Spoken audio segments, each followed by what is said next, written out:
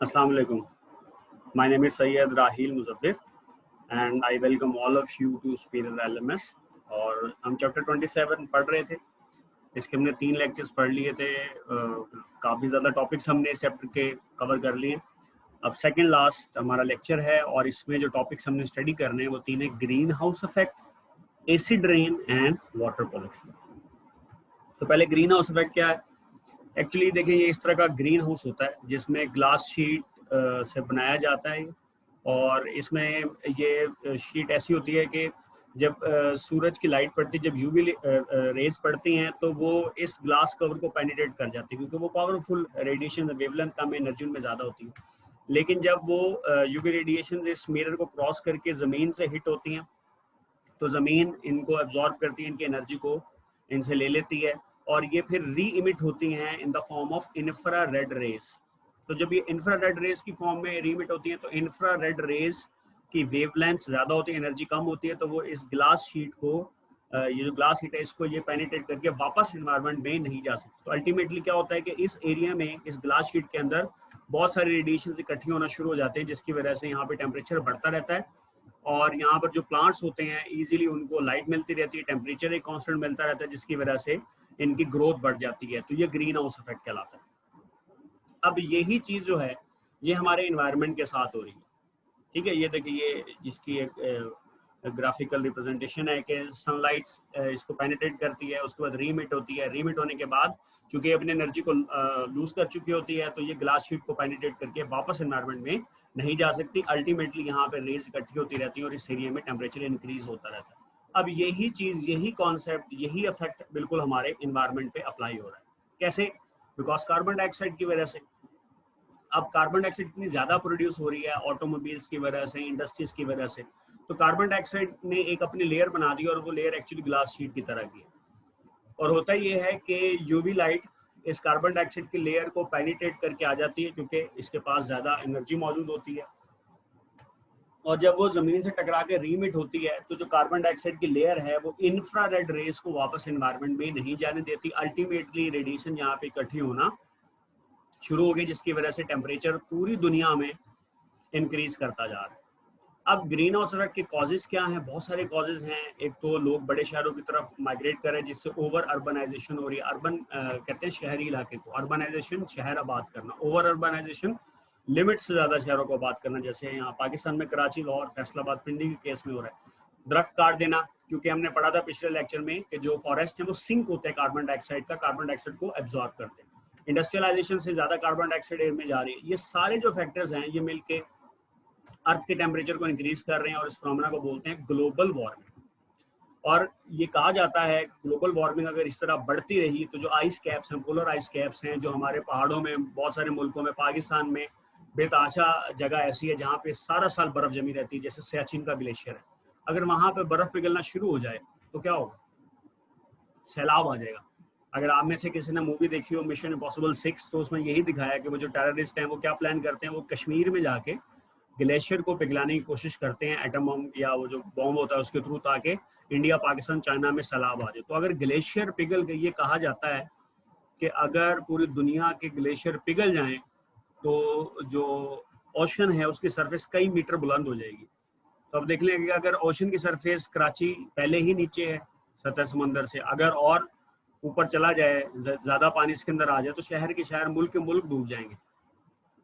तो इस वजह से आइस कैप्स पिघल रही हैं, ग्लेशियर्स पिघलेंगे तो उससे सैलाब आएगा। तो इसलिए इस चीज़ को रोकने की ज़रूरत है कि ग्लोबल वार्मिंग से बचा जा सके। इसलिए पूरी दुनिया के अंदर फॉरेस्टेशन हो रही है ताकि ज़्यादा से ज़्यादा दरख्त लगाए जाए। पाकिस्तान में भी ये शुरू हो गया है, बिलियन ट्री प्रोजेक्ट है, उसमें आप लोग भी हिस्सा लें ताकि ये कार्बन डाइऑक्साइड के सिंक को बढ़ाया जा सके और जो सरफेस लेयर बन चुकी है इसकी वजह से उसको कम से कम किया जा सके। सेकेंड टॉपिक है जी एसिड रेन।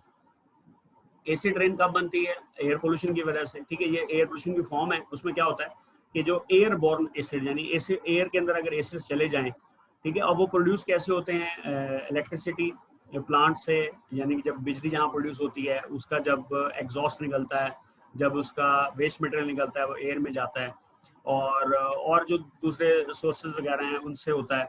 अब होता ये है कि एसिड रेन जो है ना, इसकी नेचर कोरोसिव है, कोरोसिव कहते हैं डैमेजिंग, ठीक है, और इसकी वजह से एनवायरनमेंट को बहुत नुकसान होता है। और फॉसिल फ्यूल की बर्निंग से ये होता है, या इंडस्ट्री की डिस्चार्जेस से हम सल्फर डाइऑक्साइड को इमिट करें, जैसे पाकिस्तान में कोयले के प्लांट लगाए गए बिजली की प्रोडक्शन के लिए, तो वो सल्फर डाइऑक्साइड को एयर में भेजते हैं, या नाइट्रोजन ऑक्साइड जाती है, जब ये एयर में जाते हैं तो ये पानी के साथ मिक्स हो जाते हैं, ठीक है, और ये वाटर वेपर से कंबाइन हो जाते हैं, एसिड बन जाते हैं। अब ये देख सकते हो कि सल्फर डाइऑक्साइड है, नाइट्रोजन ऑक्साइड है, इससे सल्फ्यूरिक एसिड और नाइट्रिक एसिड बन रहा है। और जब ये पानी रेन की सूरत में नीचे वापस आएगा तो उससे क्या होगा कि एसिड सॉइल के अंदर एल्यूमिनियम को डिसॉल्व कर देगा और ट्रीज को डैमेज करेगा, ओजोन की डिप्लीशन में रोल प्ले करेगा, ठीक है, और फिश को किल करेगा। अब एसिड रेन के इफेक्ट्स क्या हैं? बहुत सारे, एक तो सीरियस हेल्थ प्रॉब्लम्स हैं जी।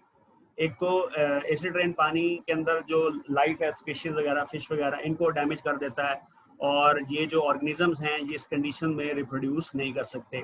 फिर ये खेतों को डैमेज करता है, फसलों को डैमेज करता है, ये डिकम्पोजर्स और माइक्रो ऑर्गेनिजम्स को जो कि सॉइल में, उनको डैमेज करता है, ये बिल्डिंग्स को डैमेज करता है। जैसे कहा जाता है कि ताजमहल का जो व्हाइट कलर है वो पीला होना शुरू हो गया है बिकॉज एसिड रेन की वजह से। इंडिया में बहुत ज़्यादा पॉल्यूशन है। एसिड रेन जो है वो आपकी सॉइल से एसेंशियल न्यूट्रिएंट जैसे कैल्शियम और पोटेशियम को खत्म कर सकते हैं, उनको डिसॉल्व कर सकते हैं।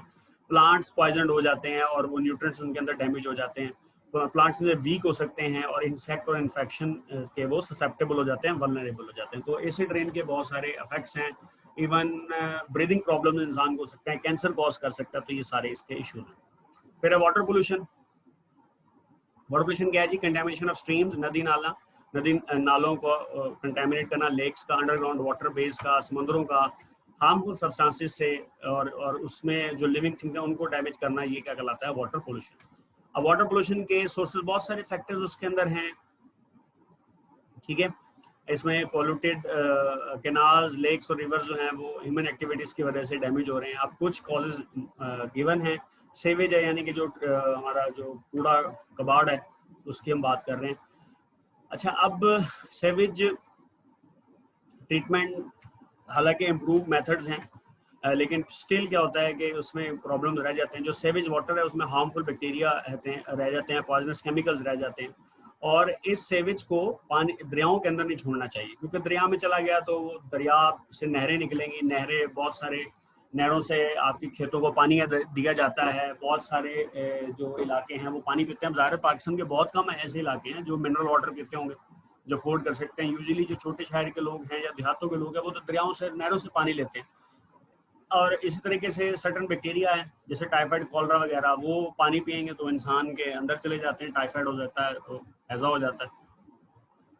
अच्छा, ऑयल और डिटर्जेंट जैसे शिप्स कैरी कर रहे होते हैं ऑयल, अभी रिसेंटली न्यूज़ आ रही थी कि टैंकर समंदर में गिर जाते हैं, ठीक है, उससे वाटर पोल्यूशन हो जाती है। और ये ऑयल जो है, ऑयल चूंकि देखिए सरफेस पे आ जाएगा तो ना लाइट पेनिट्रेट कर सकती है, ना ऑक्सीजन वहाँ पे रहेगी, ऑर्गेनिजम्स की डेथ हो जाएगी। इसी तरह डिटर्जेंट घरों में जो लॉन्ड्रीज के अंदर मौजूद हैं वो लेक्स में, नदी नालों में चले जाते हैं, जिससे पॉल्यूशन बढ़ती जाती है। अब हमने पढ़ा हुआ है इस प्रोसेस को। अच्छा, इनमें फॉस्फेट होता है और दूसरे कंपोनेंट्स होते हैं, तो इस प्रोसेस को यूट्रिफिकेशन बोलते हैं। अब यूट्रिफिकेशन हम पढ़ चुके हैं, it is a process in which body of fresh water become enriched with nutrients which increases in productivity and accumulates organic debris. तो कोई क्वेश्चन हो जी जरूर पूछेगा, आसान टॉपिक है, इसे याद कीजिएगा, इसमें से लॉन्ग क्वेश्चन आता होता है। इंशाल्लाह फिर आपसे फिर मुलाकात होगी।